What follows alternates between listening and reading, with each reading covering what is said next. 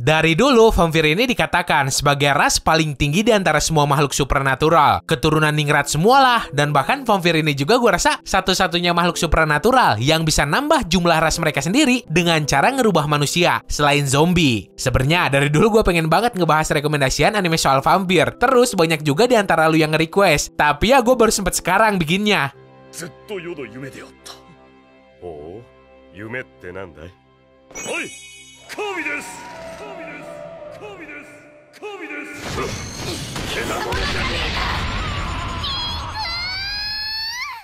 Nah, sebelum masuk ke pembahasan, gua cuma pengen ngasih tahu ke lu semua kalau video ini disponsorin sama Honkai Impact 3, sebuah game yang jadi favorit sekaligus udah gua mainin selama beberapa tahun ke belakang. Jadi gua ngerasa seneng banget anjir pas pihak sananya pengen gua ngerekomendasiin ini game ke lu semua. So, Honkai Impact 3 ini nyeritain tentang apa sih? Jadi singkat ceritanya gini, di dunia Honkai Impact 3 ada semacam energi aneh bernama Honkai yang ngehasilin para monster sekaligus para mayat berjalan alias zombie. Di sini lu berperan sebagai pembasmi para monster itu dengan pakai karakter yang seksi, montok, plus waifuable pastinya. By the way, sekarang tuh Honkai Impact 3 sendiri lagi ngelakuin update gede-gedean. Mulai dari karakter baru, jalan cerita alias arc baru yang ngambil kejadian 8 tahun setelah cerita utama di dalam minigame terjadi. Pokoknya pas lu main ini game, lu bakal dikasih pengalaman battle yang cakep plus seru banget. Battle di tanah sampai langit. Udah gitu, combo sampai skill para karakternya juga keren-keren. Sampai cutscene yang pakai gaya anime juga wajib banget lu tonton. Tapi inget, game ini sendiri kontrolnya tuh butuh kalibrasi jari sampai tangan yang tinggi. Jadi buat lu yang udah biasa main sabun, gua jamin lu bakal mahir main ini game.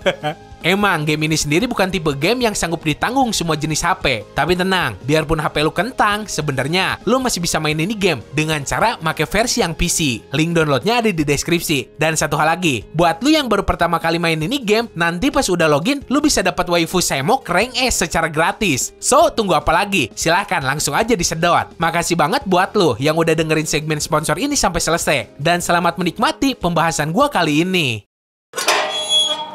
Nomor 1, Demi-chan wa Kataritai, tayang perdana Winter 2017.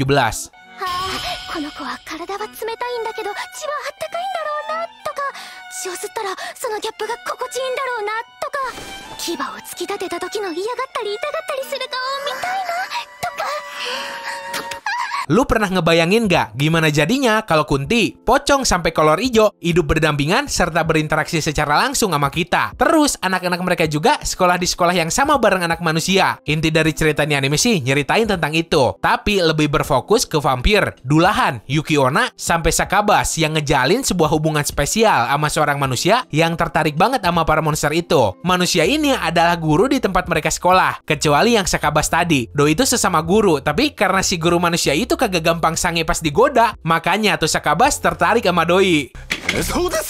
Hai,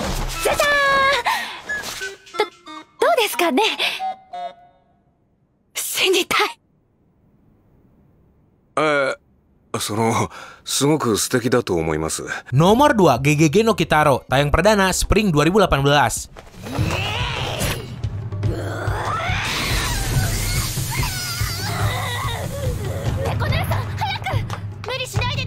Sebenarnya nih anime itu udah ada bahkan sejak tahun 60-an. Tapi entah kenapa pas tahun 2018 kemarin GGG no Kitaro dapat adaptasi anime lagi. Jadi sinopsis ceritanya gini, di abad 21 yang serba modern, terutama di negara-negara maju, masyarakatnya itu udah kagak nganggep atau percaya sama keberadaan makhluk goib. Sampai suatu ketika muncul sebuah fenomena supranatural yang bertempat di Shinjuku, di mana orang-orang di sana berubah jadi pohon. Banyak orang yang nebak-nebak kenapa hal itu bisa terjadi, mulai dari sudut pandang sains dan lain sebagainya. Sampai ada seorang cewek bernama Mana yang masih percaya sama hantu. Terus Doi ngirim sepucuk surat buat manggil sosok pembasmi hantu atau yokai jahat. Dan pembasmi hantu itu bernama Kitaro.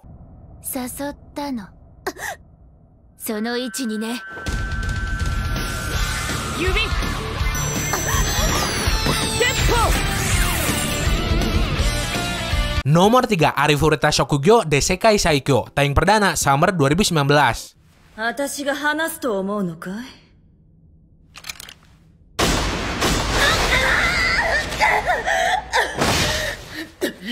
Cerita berawal dari berpindahnya sebuah kelas beserta para siswanya ke dunia lain yang diisi banyak banget monster. Nah, pas udah pindah, para siswa itu dapat sebuah kekuatan istimewa masing-masing yang bisa mereka pakai buat bertahan hidup ngelawan para monster di sana. Namun sayang, ada seorang murid bernama Hajime Nagumo yang dapat kekuatan yang bisa dibilang kagak berguna buat battle. Yang akibatin doi dibully, terus kagak ada satupun yang mau setim sama tuh cowok. Sampai suatu ketika, si Hajime ini ketemu seorang vampir yang disegel di sebuah dungeon. Udah gitu mah, tuh cowok berusaha jadi yang terkuat di dunia itu. Sekalian supaya doi bisa balik ke dunianya.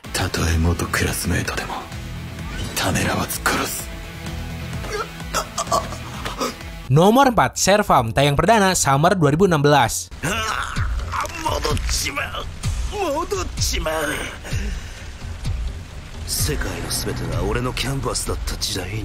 Bercerita tentang seorang cowok bernama Shirota Mahiru yang entah kenapa desain karakternya ngingetin gua sama MC di Durarara. Suatu ketika, si Mahiru ini mungut seekor kucing yang ternyata adalah seorang Servam. Nah, Servam ini adalah vampir spesial yang bisa ngejelma jadi hewan. Konsep keberadaan Servam sendiri ngewakilin 7 dosa besar. Ditambah satu Servam misterius yang harusnya udah kagak ada. Setelah mungut tuh kucing dan tahu kalau tuh makhluk sebenarnya vampir, si Mahiru ini dipaksa ikut sebuah perang hidup mati antar Servam. 最後は1対1での決闘だなんてハムレットじゃあるまいしそうハムレットじゃないっすよ Nomor 5, Jojo no Kimyo na Bouken, tayang perdana Fall 2012. 正真正銘最後の時間停止だこれより静止時間9秒以内に型をつけるザ・ワールド Semua cerita, semua petualangan berawal dari diadopsinya seorang anak bernama Dio Brando, seorang anak jelmaan dari iblis yang udah ngutuk sebuah keluarga harmonis sampai keturunannya, yang padahal sama sekali kagak nyari masalah sama tuh bocah. Meskipun diadopsi, si Dio ini disayang sama diurus secara baik banget sama keluarga angkatnya itu. Sampai akhirnya doi tumbuh jadi seorang pria yang ngebunuh saudara angkat sampai babeh angkatnya sendiri. Udah gitu doi juga make sebuah topeng yang bikin doi berubah jadi vampir dan hidup sampai ratusan tahun, meskipun pernah disegel untuk sementara waktu karena palanya dipenggal. Tapi ya emang dasarnya orang kagak punya kerjaan lain. Ketika dibangkitin lagi, doi tetap ngutuk keluarga angkatnya meskipun udah lewat beberapa generasi, yaitu keluarga Joestar.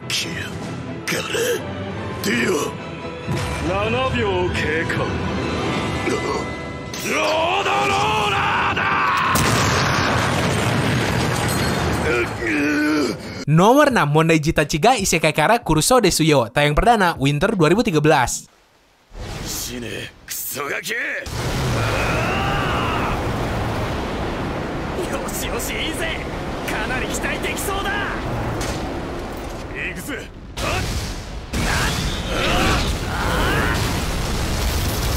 Tema cerita soal pahlawan yang dipanggil ke dunia lain buat ngalahin Raja Iblis sampai titik sekarang emang udah jadi bahan cerita yang keseringan dipakai. Yup, bener banget, nih anime juga pakai cerita kayak gitu. Jadi ceritanya gini, ada 3 orang manusia yang dianugerahin kekuatan super. Tapi bukannya ngerasa senang, justru mereka bertiga malah ngerasa bosan sama dunia yang sekarang mereka tinggalin. Padahal kalau mereka mau, mereka bisa nguasain dunia. Sampai suatu ketika muncul sebuah surat yang pas mereka buka, surat itu ngetransfer mereka ke dunia lain. Di sana tuh orang bertiga dimintain tolong sama sebuah komunitas tanpa nama buat ngalahin para monster jahat sama Raja Iblis yang ngancam kedamaian dunia itu.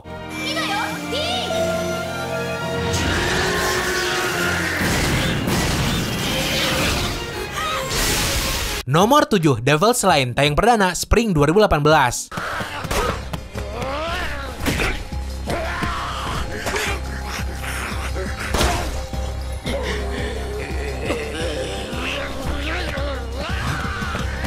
Nyeritain tentang ras vampir yang ternyata hadir dan berbaur sama umat manusia. Karena kesamaan fisiknya yang 11-12 sama manusia, pemerintah sendiri kesusahan buat ngelacak mereka. Cara buat ngebedainnya cuma bisa muncul pas para vampir itu kehilangan kendali, yang bikin mereka ngeluarin taring serta mata yang mengerikan. Meskipun vampir, mereka tuh kagak perlu minum darah, cuma pas hilang kendali doang yang bikin repot. Devil's Line ini berfokus ke seorang mahasiswa cewek yang melajarin sekaligus neliti kehadiran para vampir, yang kemudian keungkap kalau temennya sendiri juga sebenarnya seorang vampir.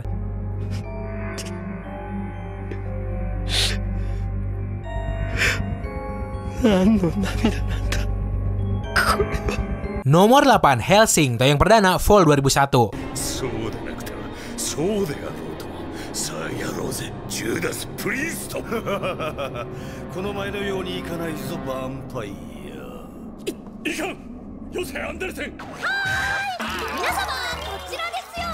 Versi yang gue rekomendasiin sih tetap yang Hellsing Ultimate, yang merupakan versi OVA sekaligus alternatif dari serial Hellsing yang pertama keluar. Jadi mirip-mirip kayak Full Metal Alchemist, yang meskipun lu kagak nonton yang pertama, lu masih bakal dapet pengalaman tak tergantikan pas lu nonton yang versi Brotherhood. Hellsing sendiri bercerita tentang sebuah organisasi pembasmi vampir yang selama ratusan tahun beroperasi di bawah pemerintah kerajaan Inggris. Nah, di organisasi itu ada seorang vampir bernama Alucard. Dikatakan doi ini adalah vampir paling kuat yang pernah ada dan pernah dikalahin manusia bernama Van Helsing, yang kemudian tuh vampir ngabdiin dirinya ke keluarga Helsing. Secara keseluruhan cerita di anime itu berfokus ke tuh vampir.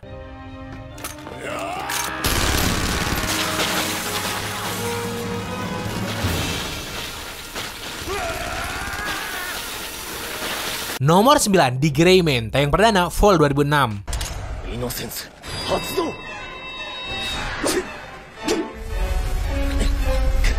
Berlatar waktu di Eropa abad ke-19. Ketika masa itu, menurut ceritanya, keberadaan para Akuma alias makhluk supernatural bener-bener ada. Dan gak sedikit ada Akuma yang ngeganggu kehidupan manusia. Demi ngelawan gangguan mereka, terbentuklah sebuah kelompok eksorsis bernama Kurono Kyodai. Di situ ada seorang cowok dengan latar belakang kelam bernama Alan Walker yang jadi MC di cerita ini. Nah, doi ini punya dendam sama makhluk bernama Millennium Earl. Sosok yang pernah nipu si Alan. Tuh makhluk dulu pernah janji ke si Alan buat ngebangkitin babe angkatnya yang udah meninggal. Pas dibangkitin malah berubah jadi Akuma.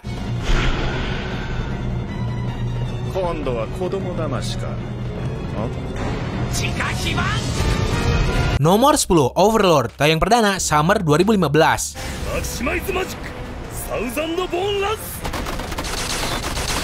グレーターテレポーテーション逃がすか地上衝撃盾。 Udah bukan hal yang aneh kalau nih anime ada di berbagai macam list. Entah itu anime isekai, anime overpowered, bahkan sampai anime harem juga. Jadi ya mungkin lu sendiri udah familiar banget sama anime tentang perjuangan makhluk bertulang tanpa daging yang pengen nguasain seluruh dunia. Nah, dunia di sini bukan dunia yang sama kayak yang kita tinggalin sekarang, tapi dunia lain yang si tokoh utama bernama Ainz ini masukin setelah ketiduran di detik-detik terakhir penutupan sebuah game VR bernama Yggdrasil. Sampai sekarang masih jadi misteri kenapa bisa gitu. Yang jelas meskipun dianggap sebagai sosok yang sempurna, ternyata si Ainz ini kagak punya keterampilan sama sekali buat ngurus urusan kerajaan. Tapi ya enaknya doi itu punya para pelayan cewek yang pengen bikin anak sama doi. 剣族召喚 シャークスサイクロン